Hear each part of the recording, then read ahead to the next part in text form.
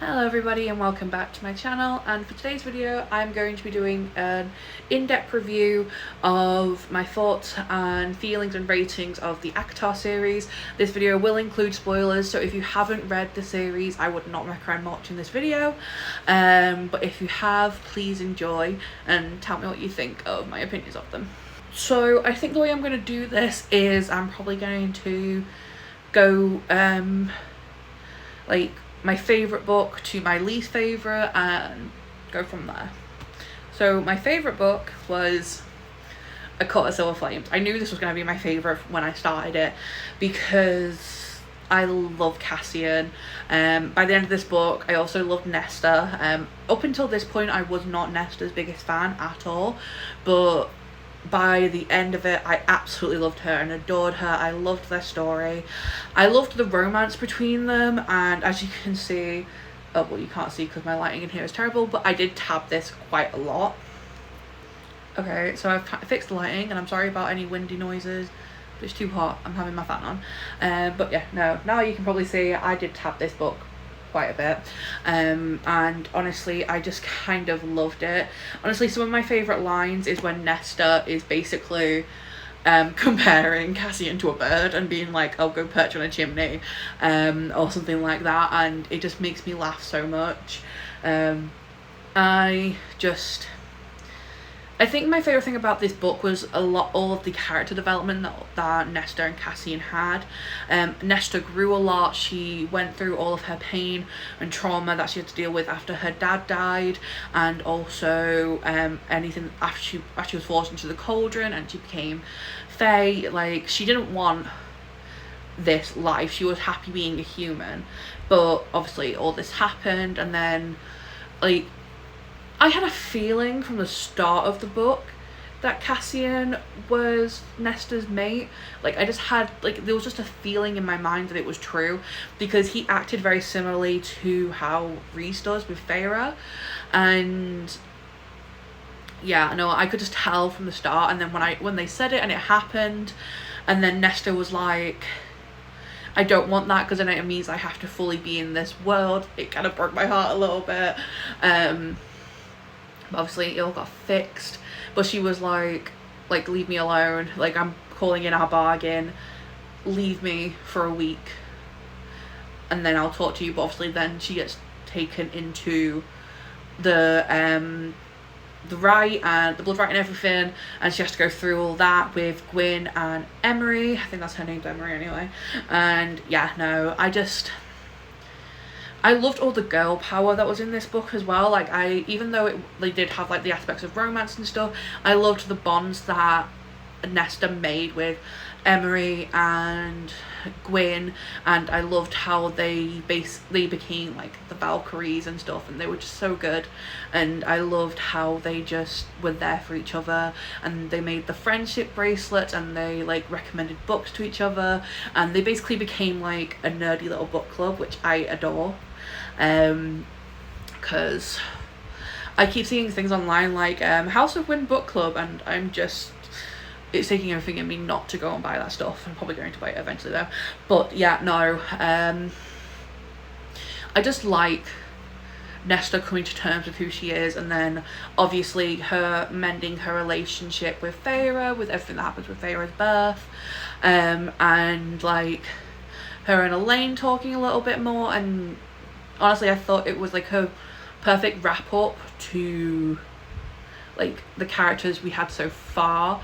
Obviously I know there's going to be more books in this series, and I still need to read the Crescent City series and Throne of Glass series, but I genuinely just adored this so much, and it's definitely my top book of the series, a 5-star 100%. And I will definitely be reading this series again just because I'm that in love with it.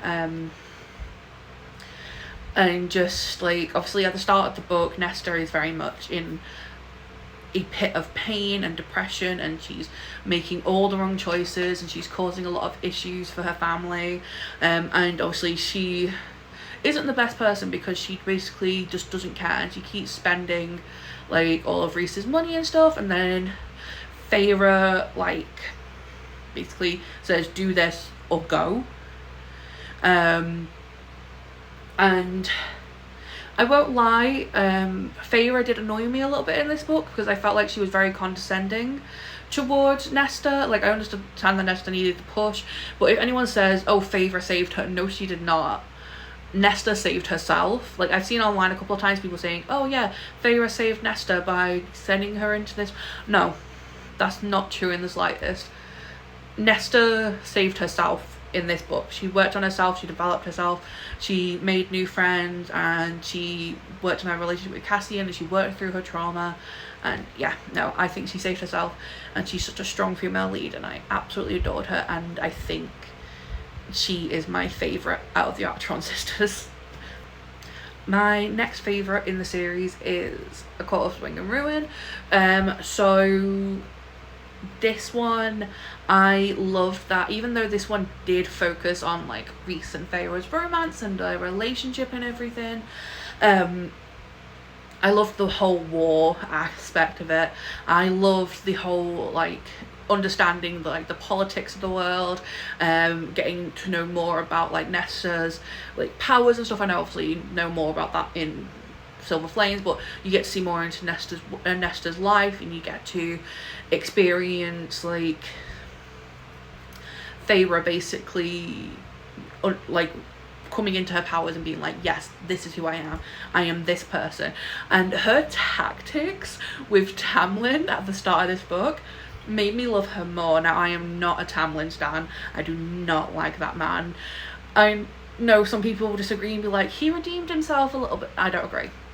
I don't care that he helped Adriel and Elaine and Feyre escape at the war camp. I do not agree with anything that he did, especially stuff that he did in book 2. I'll get onto that in a minute after I talk about this one. But yeah, no, I approve of what she did. I like that she destroyed him, and that she destroyed Ianthe, and that she basically kicked ass, and he got what he deserved, in my opinion. I think he deserved everything that happened to him. And then the scene on the ice where Cassian and Azriel come in. They're kings. I love them so much. Just like a massive like shadow like falls onto the ice, and it's just Cassian, and then like he like picks her up and carries her, and she like hugs into him, and she's just like I've missed you. And I just love their bond. I love their friendship. It was like such a bestie moment. And then they have more moments like that in obviously The Court of Silver Flames. But yeah, no, I loved this, and I loved the like whole war aspect, and like the ending shocked me a little bit, because like I kind of like wasn't expecting Amren to like betray them, like not betray them, she didn't fully betray them. She basically was just like, I kind of know you can survive this. And yeah, no, just so good. I loved it so much. It was just so good. Yeah, no, I think I never thought I would enjoy like the more war fantasy aspects of it. Like, I thought I was very much just in for the romance, but I loved seeing like how the war played out, and then like obviously the bits at the end where the King of Highburn is like trying to kill Nesta and Cassian, and like Nesta is like protecting him. Can you tell who my favourite characters are? Anyway, yeah, no, I just loved all the characters in this. And then, you know what I do hate? They killed off the cereal. Like, why? Why do this? Why kill him off? Well, hurt him. I don't know what the cereal's gender is, okay? Why did you have to get rid of the cereal? They were one of the best characters. Like when I look back now, I realize how many hints there were that I missed out on when I was like reading the like, it was foreshadowing to so many things, like stay with the High Lord. How can you mistake that for Tamlin? But anyway, no, as I was saying, I just like when the cereal said stay with the High Lord, obviously Feyre took that as stay with Tamlin.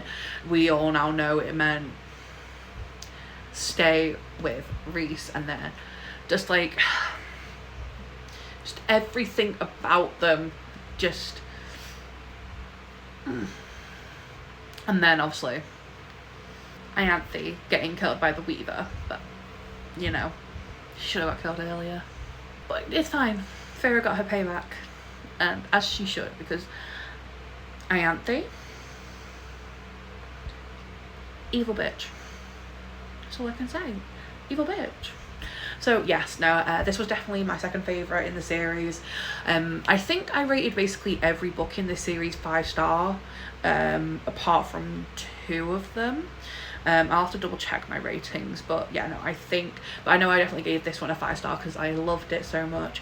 Like, even considering it's a chunky book, like I tabbed it and everything, even considering it's really big and I normally struggle with really big books, I loved every word of this, and I also listened to the audiobook version, which just made the experience 10 times better.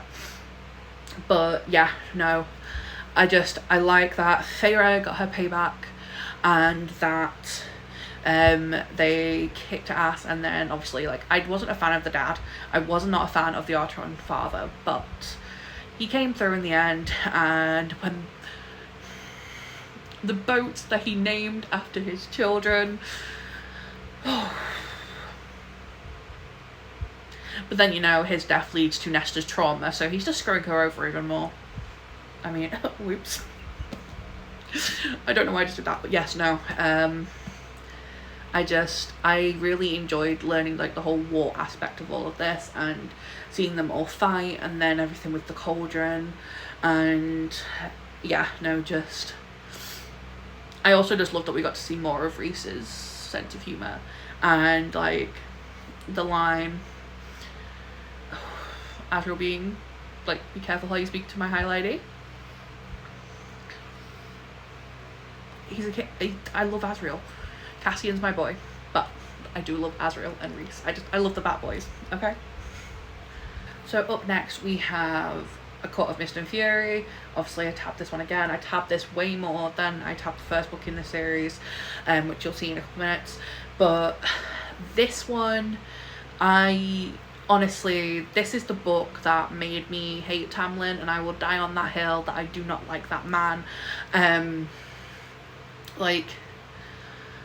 If he has a redemption arc, sure, fine, I'll still read it in a later book, but I'm just not a fan of him, especially after he locks Feyre in the house in this book, after he already knows all of her trauma and everything that happened to her while she was under the mountain. And like, it was pretty obvious that Feyre didn't want the life that Tamlin was offering her, because he smothered her. Like, in his mind he was trying to protect her. I don't think he was. The amount of things he did that was wrong was just not good. Like, he wouldn't let her go out anywhere. He wouldn't let her do anything. He would literally pretend to be asleep while she was literally throwing up in the middle of the night because of nightmares. She was suffering so much, and he just didn't do anything about it. He didn't even attempt to help. Like, the only thing that helped was when, after the wedding happened, Rhys came in and saved her. Like, my first tab in this book is literally Rhys arriving at the wedding and going, "Hello, Feyre, darling." So I think you can tell which guy I preferred in this story. Anyway, why did I do that? Oh god. But yeah, no, I didn't like how he treated her. I felt he wouldn't have been where he was in his home again if it wasn't for Feyre. Like, if she hadn't come and done all of the battles, like all of the challenges in front of Amarantha, and like fought for his freedom, like, yeah, he may have dealt the final blow, but she completed the challenges. She did everything that needed to be done to save Tamlin.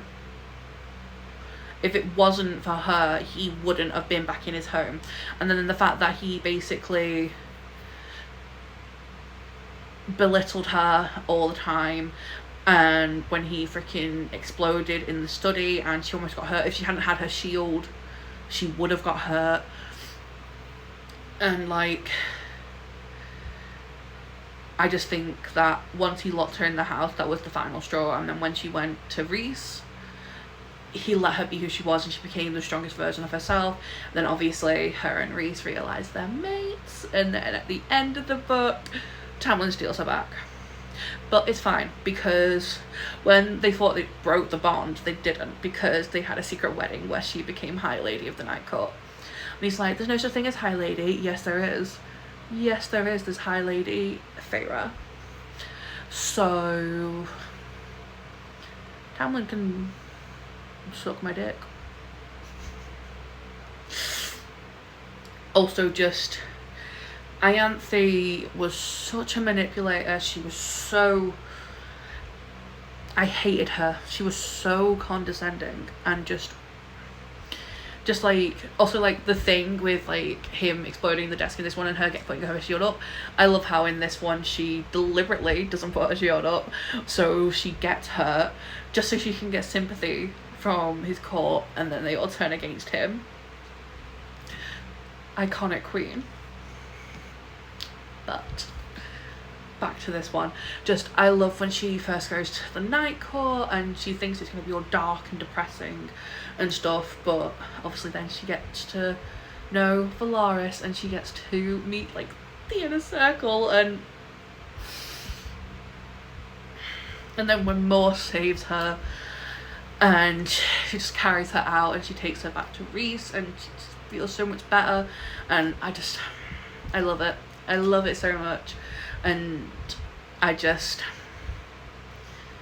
liked that you got to see Feyre become stronger, and she came more into herself, and she became a bigger, like, better person, and just, I loved it. I loved it. Okay, so my fourth favourite from the series is A Court of Thorns and Roses. As you can see, I did not tab this one much. I basically just did like a couple of little tabs when I was reading, because certain things were like, oh my god. But this book I thought was a very good start to the series. I think it like perfectly sets you into the world. It makes you see like the Spring Court, and you get to basically get like your first view of the world. And in the first book, I did kind of like Tamlin a little bit. Like, he wasn't like the worst. He annoyed me under the mountain when he wasn't doing anything, when Feyre was obviously getting hurt and he wasn't helping her at all. And then also obviously when his one chance to get her alone, he doesn't try and help her escape. He shoves her into a hallway and starts making out with her. But when I first read this, I was like, ooh. Now I've read the rest of the books, I realise he was a bit of a bitch. Anyway, no, I loved how like this basically helped you build the world aspects of it, how she basically was human at the start, and she did all of these trials that Amarantha gave her when she was human, and she proved that humans aren't weak and small. And yes, she does die, but she comes back as a High Fae. Well, a Fae, but she's High Fae because she's High Lady of the Night Court. But anyway, there's just so many things in this now that I realise were foreshadowing to the later books, and now that I look back at it, I'm like, oh my god, how did I not see this? But obviously you're not meant to see it. But no, with this, no, I can't speak properly today. Anyway, I now see that this was obviously like, it was meant to be like a Beauty and the Beast retelling, because I didn't realise that until after I'd looked back at it. But yeah, I did really like this book. I didn't give it 5 stars. This one was a 4-star for me now that I looked back at it. I gave it 5 stars originally, but as I rethink it, it's definitely, I gave it like 5 stars originally, but it's definitely a 4-star. But yeah, no, I loved all the things that happened under the mountain, like the bond that she makes with Reese, which obviously gets their whole world set up for them. I love like all the foreshadowing that I now realise was there. So like the drawers, obviously Elaine's drawers was flowers, and Nesta's drawers was flames, and then her drawers were the Night Court. Basically, it was like a starry sky. It was the Night Court. And This book, I really did not like her family, because her family was so cruel to her. Like, she was out in the woods hunting for food for them, and they were just like, do this, do that, do this, treat her like she was a slave when she was literally the youngest there. But she survived and she did it. And then obviously, like, when she gets taken away by Tamlin, he provides for her family. They get this big new house again. Her dad gets a new job. And then, like, she gets sent back because Tamlin's like, it's too dangerous now. But then she goes under the mountain and she has all these trials. I could not figure out what the answer to the riddle was. I can't even remember what the answer to the riddle was now. It's been a couple of months since I read the book. Yeah, no, I had no clue what the answer to the riddle was. Like, I could not figure it out in the slightest. So if I was in Feyre's shoes, I would not have figured it out.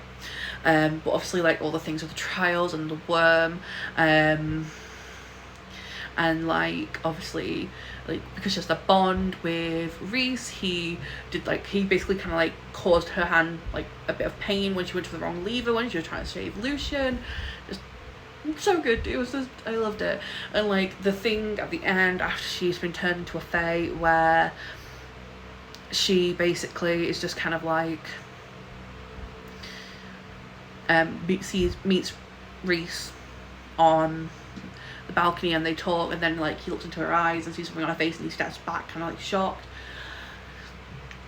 I just love him. I love them. And obviously I know she's with Tamlin for the majority of this book, but I thought it was a very good start to the series and I did give this a 4-star. Now this last one, I wouldn't say it's my like least favourite, but I don't think it could be any higher on the categories because of how short it is. And that's A Court of Frost and Starlight. It's the little novella. I didn't even tab anything in this. I think I highlighted one line at the very beginning, which was, my poor Illyrian baby, we certainly do torment you, don't we? Because I loved when Feyre was always just him taking the piss out of Rhys.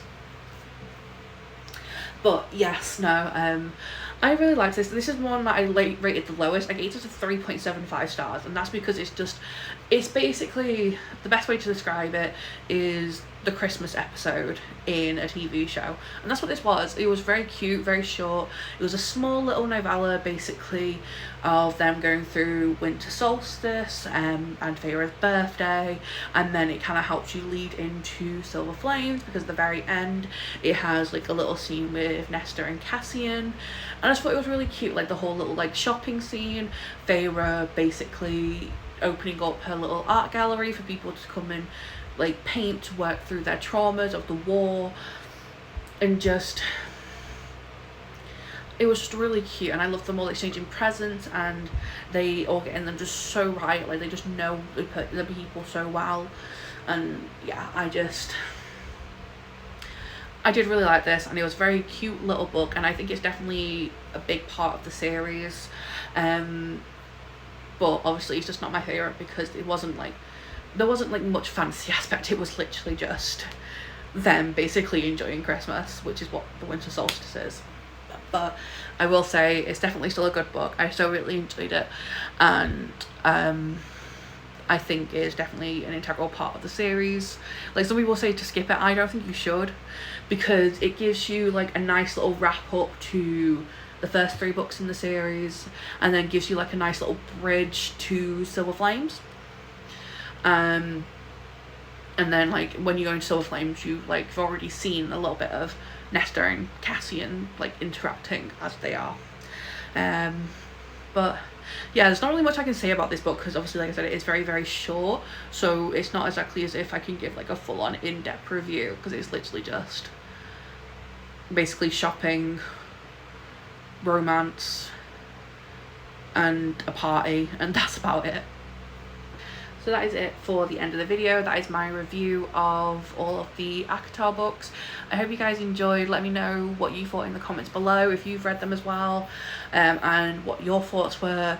I did warn you at the start of this video would include spoilers, and I did talk about things that happen in each of these books. But you know, those were just my opinions on them. I really enjoyed these, and I think it's now my all-time favorite series, I won't lie. I did used to have other favorite series, but this one has now taken the lead, and I can't wait to start the Throne of Glass series, which I am thinking I'm probably going to start either today or tomorrow. Probably tomorrow now, because it is currently 11:05 in the evening. But yeah, I hope you guys enjoyed the video. Like, comment, subscribe, and I will catch you next time.